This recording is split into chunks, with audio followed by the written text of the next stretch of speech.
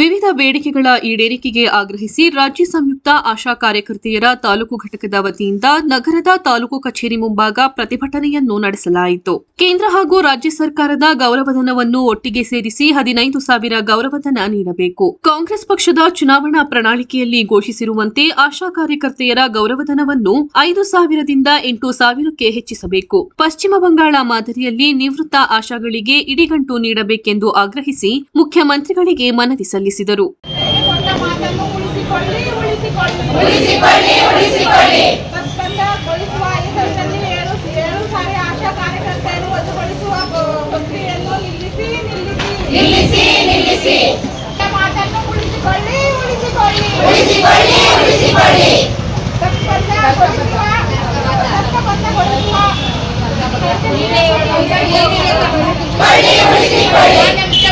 ಆಶಾಗಳಿಗೆ ಕೊಟ್ಟ ಮಾತನ್ನು ಉಳಿಸಿಕೊಳ್ಳಿ.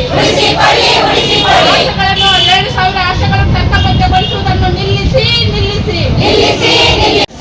ನಾವು ಚಾಮರಾಜನಗರ ತಾಲೂಕು ಆಶಾ ಕಾರ್ಯಕರ್ತರು ಅಲ್ಲಿ ಬಂದು ಸೇರಿದ್ದೀವಿ. ಏನಕ್ಕೋಸ್ಕರ ಅಂತಂದರೆ ಮಾನ್ಯ ಮುಖ್ಯಮಂತ್ರಿಗಳು 14 ತಿಂಗಳ ಹಿಂದೆ ಫ್ರೀಡಂ ಪಾರ್ಕಲ್ಲಿ ನಡೆದಂತಹ ಒಂದು ಹೋರಾಟದಲ್ಲಿ ನಮಗೆ ಒಂದು ಮಾತನ್ನು ಕೊಟ್ಟಿದ್ರು, ಆಶಾಗಳಿಗೆ 10,000 ನಿಗದಿಪಡಿಸ್ತೀವಿ ಅಂತ.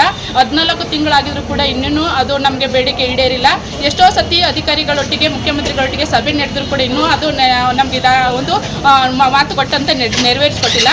ಮತ್ತು ಅದೊಂದು ವಿಷಯ ಆಗಿದೆ. ಮತ್ತು ಈ ಹೋದ ಬಜೆಟಲ್ಲೂ ಕೂಡ ಈ 42,000 ಜನ ಆಶಾಗಳಿಗೂ ನಾವು 1,000 ರೂಪಾಯಿ ಹೆಚ್ಚಳ ಮಾಡ್ತೀವಿ ಅಂತ ಹೇಳಿದ್ರು. ಅದನ್ನು ಹೆಚ್ಚಳ ಮಾಡಿಲ್ಲ. ಅದರಿಂದ ನಾವು ಇದನ್ನು ಒಂದು ಮುಖ್ಯಮಂತ್ರಿಗಳ ಗಮನಕ್ಕೆ ತರ್ತಾ ಇದ್ದೀವಿ. ಮತ್ತು ಈ ಬಜೆಟಲ್ಲಿ ಏನು ಒಂದು ಮಾರ್ಚ್ 6ನೇ ತಾರೀಕು ನಡೆಯಲಿರುವ ಒಂದು ಬಜೆಟಲ್ಲಿ ಆಶಾ ಕಾರ್ಯಕರ್ತರಿಗೆ ಈಗ ಕೂಡ ಒಂದು ಗೌರವಧನ ಹೆಚ್ಚಳ ಮಾಡಬೇಕು.